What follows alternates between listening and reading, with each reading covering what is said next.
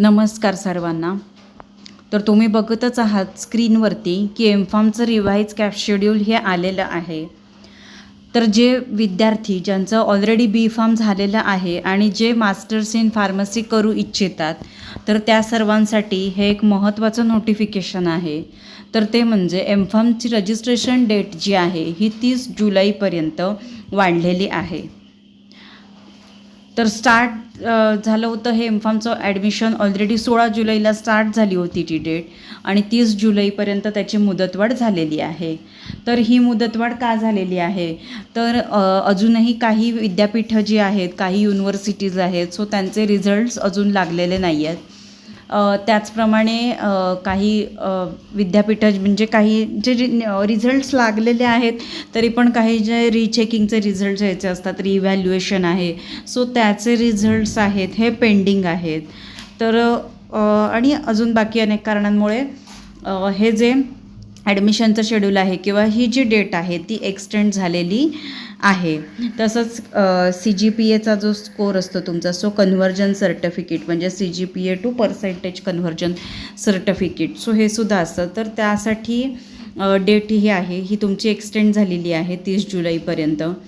Then document verification जे आहे आणि कन्फर्मेशन जे आहे ॲप्लिकेशन फॉर्मचं, हे दोन्ही मोडने आयदर स्क्रुटिनी करून किंवा मग फिजिकल स्क्रुटिनी, सो त्याची लास्ट डेट आहे ही 31 जुलै आहे.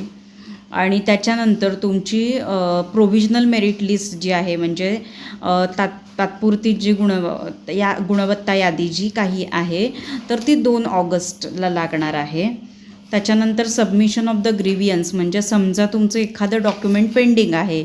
आता फॉर एक्झाम्पल तुमचं NCL असेल म्हणजे नॉन क्रिमिलियर सर्टिफिकेट असेल, जर तुम्हाला ते अपलोड करायचं तुमचं राहून गेलेलं असेल तर ते सबमिशन करण्यासाठीची जी डेट आहे ही 3 ऑगस्ट ते 5 ऑगस्ट या कालावधीमध्ये तुम्ही तुमचं एखादं डॉक्युमेंट जर पेंडिंग असेल कोणतंही तर ते तुम्ही त्या पिरियडमध्ये सबमिट करू शकता 3 ऑगस्ट ते 5 ऑगस्ट ह्यामध्ये. आणि मग त्याच्यानंतर तुमची फायनल मेरिट लिस्ट जी काही आहे, ओके, सो ही फायनल मेरिट लिस्ट आहे ही 6 ऑगस्टला तुमची लागणार आहे. तर जे विद्यार्थी जे ऑलरेडी GPAT क्वालिफाय आहेत, सो GPAT क्वालिफाय असलेले स्टुडंट आहेत तर त्यांना PCIकडून स्टायफंड हा मिळतच असतो. आणि जरी म्हणजे तुम्ही GPAT क्वालिफाय नसाल तरीसुद्धा तुम्ही ह्या रजिस्ट्रेशन प्रोसेस तुम्ही एम-फार्म करू शकता.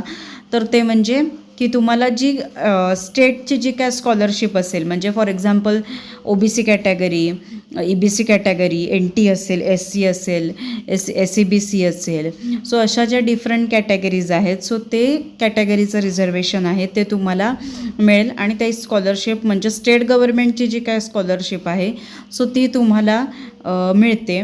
आणि मेन म्हणजे TFWS जी काही आहे, सो जी तुम्ही ऑलरेडी B-फार्मसाठी किंवा D-फार्मसाठी ट्युशन फी विवर स्कीम जी काही असते, तर एम-फार्मसाठी TFWS लागू होत नाही. हे तुम्ही व्यवस्थित लक्षात ठेवा.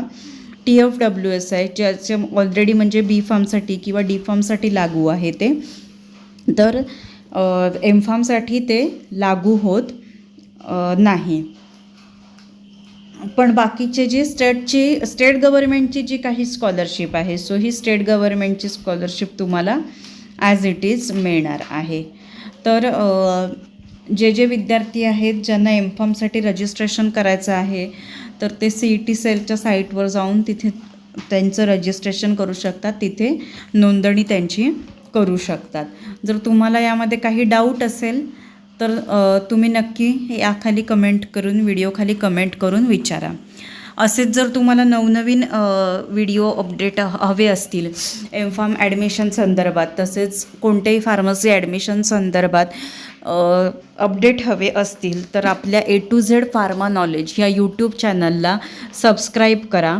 आणि हा व्हिडिओ जे एम-फार्मचे स्टुडंट्स आहेत म्हणजे ज्यांना एम-फार्मला ॲडमिशन घ्यायचं आहे तर त्या सगळ्यांना हा व्हिडिओ नक्की शेअर करा.